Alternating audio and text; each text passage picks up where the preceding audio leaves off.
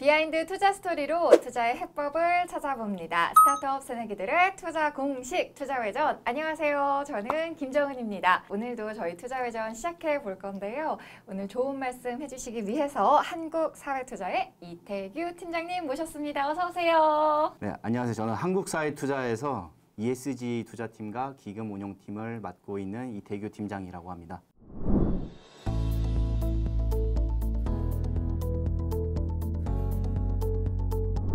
전 처음에 이 한국사회투자 이름만 듣고는 뭔가 사회적 투자를 하는 기업인가? 라고 막연하게 생각을 했는데 스타트업 육성도 하신다고 들었어요. 맞나요? 네, 맞습니다. 저희는 이제 중소벤처기업부에 이제 등록된 엑셀러레이터이고요. 거기서 이제 스타트업들 발굴하고 육성과 투자까지 같이 하고 있습니다.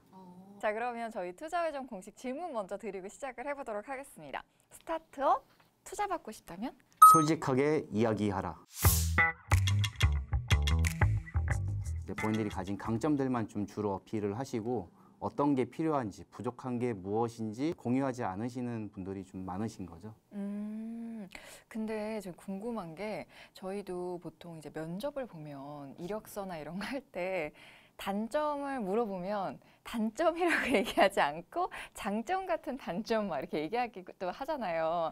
이제 대놓고 말하는 게 좋은 건지 아니면은 약간 단점이지만 장점처럼 포장해서 말하는 게 좋은 건지 저는 좀 궁금해지거든요. 투자자와 이제 미팅을 하는 것도 일종의 이제 면접이라고 보시면 되는데요. 저희 그 투자자들도 이제 강점은 당연히 이제 IR 자료라든지 이런 곳에 나와 있지만 실제로 이 그 스타트업이 어떤 게 부족한지 또 어떤 또 자원 연계가 필요한지 알아야 또 초기 투자자 입장에서는 좀 더 이제 우리랑 맞는구나, 우리가 지원해 줄 수 있다 이런 것들을 이제 판단하는데 이제 그러면 이렇게 좀 본인의 현재 상황들 뭐 아니면 단점이 될 수 있는 부분을 솔직하게 얘기를 해서 투자로 이어졌던 기업이 실제로 있었나요? 네, 있습니다. 네.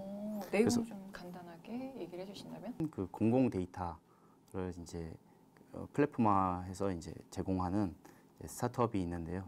제가 만나봤던 이제 대표님들 중에서 가장 솔직하셨던 분으로 이제 저는 이제 기억을 하는데 어떤 게 부족한지 하나도 숨김없이 이제 말씀해 주셔서 그것을 또 이제 저희가 같이 해결해 나갈 수 있겠다 이런 생각이 들어서 투자를 이제 결정하게 되었습니다.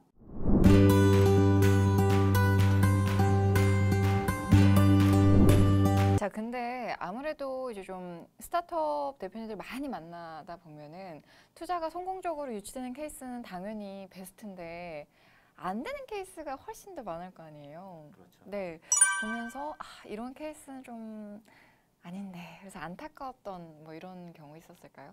네, 그 전에 다른 투자사를 통해서 소개를 받은 스타트업이 있었는데 스타트업 대표님께서 본인의 경력이라든지 인맥 이런 것들에 대해서 굉장히 어필을 많이 하셨었는데요.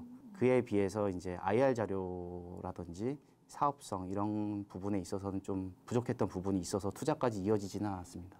그 대표님의 경력이나 어떤 화려한 인맥도 그 투자 유치하는 데 도움이 많이 되나요? 그렇죠. 아무래도 인맥이나 이런 부분을 무시할 수가 없는 게 사업을 추진하는 데 있어서 꼭 필요한 요소긴 하거든요. 그런데 이제 그것보다도 사업 모델, BM이 굉장히 중요하기 때문에 적절하게 이제 밸런스를 잘 맞춰야 될 것 같습니다. 그러면 인맥도 좋고 경력도 괜찮은데 사업 모델이 나쁘진 않아. 요 정도면 어때요? 짱이야 이건 아니지만 나쁘지 않아. 요 정도? 그럼 투자가 진행이 되나요? 그런 경우 나쁘지 않은 정도로 투자를 받기는 사실 쉽지 않을 것 같습니다. 네, 자 그러면 초기 투자 유치에 어려움을 겪는 스타트업 분들에게 조언을 좀 해주시고 싶은 내용들이 많이 있을 것 같은데 이것만은 기억해라. 뭐가 있을까요? 시장 조사를 철저히 하라.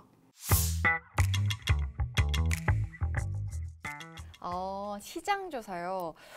사실 이거 진짜 어렵잖아요. 맞습니다. 이거 좀 자세하게 좀 설명 부탁드릴게요. 네, 저희 이제 그 육성 스타트업들 중에서도 시장 조사에 어려움 겪으시는 대표님들이 많이 계십니다, 실제로. 데모데이 같은 데 심사를 하다 보면 주로 이제 자료에 탐셈솜이라고 해서 시장을 이제 시장 조사를 한 분석을 한 자료를 이제 보여주시는데 이제 수익 시장으로 보는 솜 시장에 대해서 이제 객관적인 근거를 제시하지 못하고 포괄적으로 제시하시는 분들이 많아서 좀 더 이제 객관적인 이제 수치 이런 것들을 좀 조사를 하시는 게 중요할 것 같습니다. 근데 그거 진짜 어려운 것 같아요. 저도 이제 뭐 IRPC나 관련돼서 스타트업 대표님들 만나면 이 탐삼솜 기준 잡는 것뿐만 아니라 특히나 솜 부분에 대해서 말씀해주신 대로 시장 조사하고 자료 찾고 통계 자료 찾고 이러는 게 상당히 어렵다라는 얘기를 현장에서 많이 하시거든요. 그럼 혹시 팀장님께서는 그런 대표님들 만났을 때 이런 기준을 잡는 가이드라인이라든지 팁 같은 거는 어떤 방식으로 주시는지 좀 궁금합니다. 네, 대부분 이제 솜 시장에 대해서 자료 만드실 때 단순히 시장 규모만 나타내시는 분들이 많거든요. 시장 규모도 물론 중요하지만 솜 시장에 어떻게 들어갈 것인지 시장의 진입 전략을 또 세우시는 게 굉장히 중요한 부분이고요. 그다음에 그 시장에서의 교체 비용 이 굉장히 또 고려해야 될 요소라고 이제 생각하고 있습니다. 이제 프로덕트가 만들어졌다고 해서 바로 그 시장에서 그것을 이제 도입을 한다든지 이러는 것이 아니기 때문에 어떻게 시장에 들어갈 것이고 그 시장에서 인정받을 때까지의 기간도 전략을 세우실 때 이제 수립을 하셔야 될 거고요. 이제 세울 때 팁을 드리자면 물론 뭐 굉장히 뭐 구글이라든지 여러 이제 검색을 하시겠지만 같은 시장에 들어갔었던 선배 기업들에 대한 이제 자료를 많이 참고하시면 좋을 것 같습니다.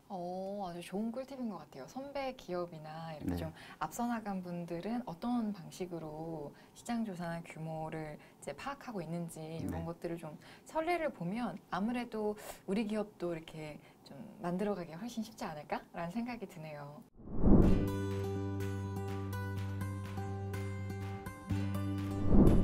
네.